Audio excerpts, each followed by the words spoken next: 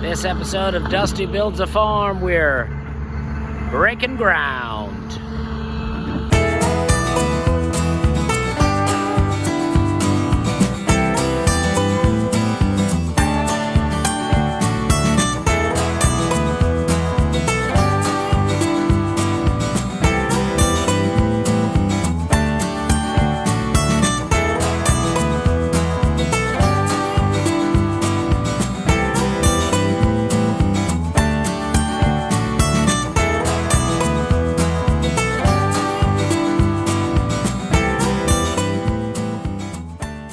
Now, there was a big line that we thought was a power line that ran all the way across the land. And we didn't really like it. It seemed to be there low, but as far as we were concerned, it wasn't affecting anything. And then this is the wire that we're needing to get moved. Now, I was told a couple of days ago that it would be down in the next 24 to 48 hours, which means it should be down. And it's not. So we'll have to figure that out. I start going out there and I'm trying to do work. You know, I'm out there weed eating the bottom. I'm just trying. It was 9 acres. 9 acres, yeah.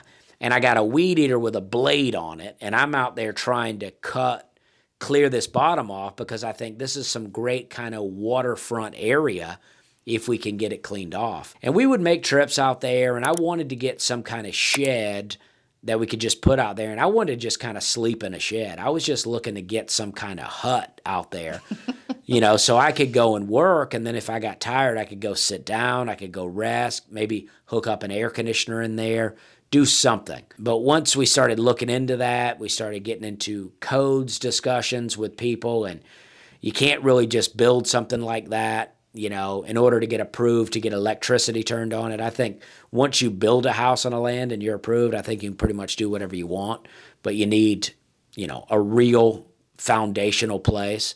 I looked at Amish sheds and converting them into houses, and we were told that didn't meet codes.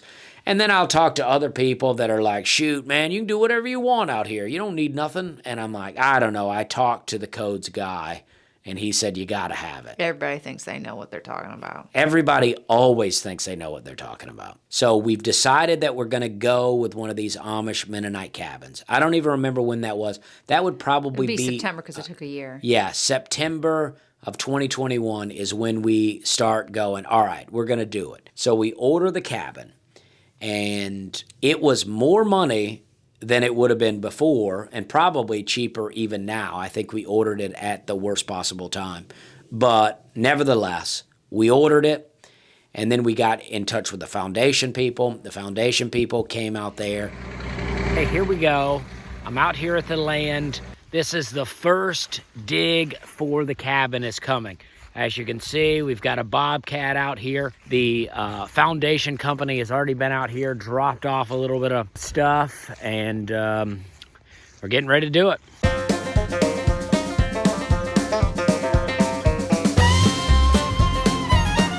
Enjoying a little nature today. I almost fell. Well, I did fall, but I didn't fall in the creek. It's a great day. I got 2 flannels on. We're having a good time. You know, just when I thought this wasn't going to happen, just when I thought, okay, this is out of our price range and we just don't have the money to do it, my wife somehow came through with some secret money from Canada. Now, I'm not about secrets in a marriage, but if your secret is that you have a bunch of money stashed away in an account in another country, well, as long as you're willing to share it, I'm into it. I'm okay with it. I mean, that's a good time. Thank you, Hannah. I mean, and also, if, you know, I could use a truck. I could use a 4-wheeler. I could use a chainsaw. I'd like a wood chipper, so if you got any more loonies and toonies stashed away up there in some Canadian account, well, break it on out, you know, break it on out.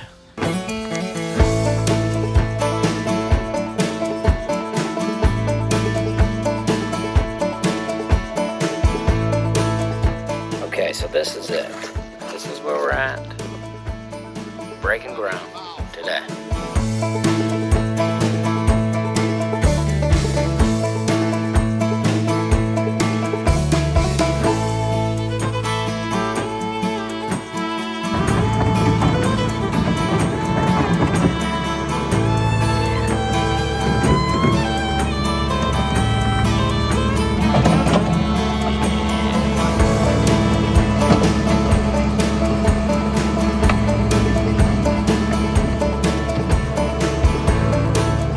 Look at this. About to make it happen. We're building the foundation. And it's happening. We're doing it.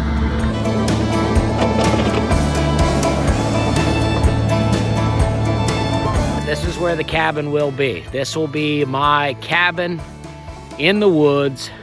As you can see, there's a bit of a mountain view. And then there's mountains. There's just woods all around.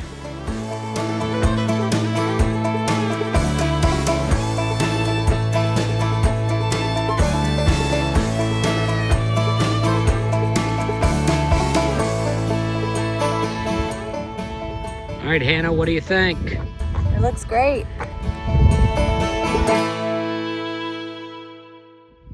Now all I got to do is convince Hannah to leave the suburbs and move on out here.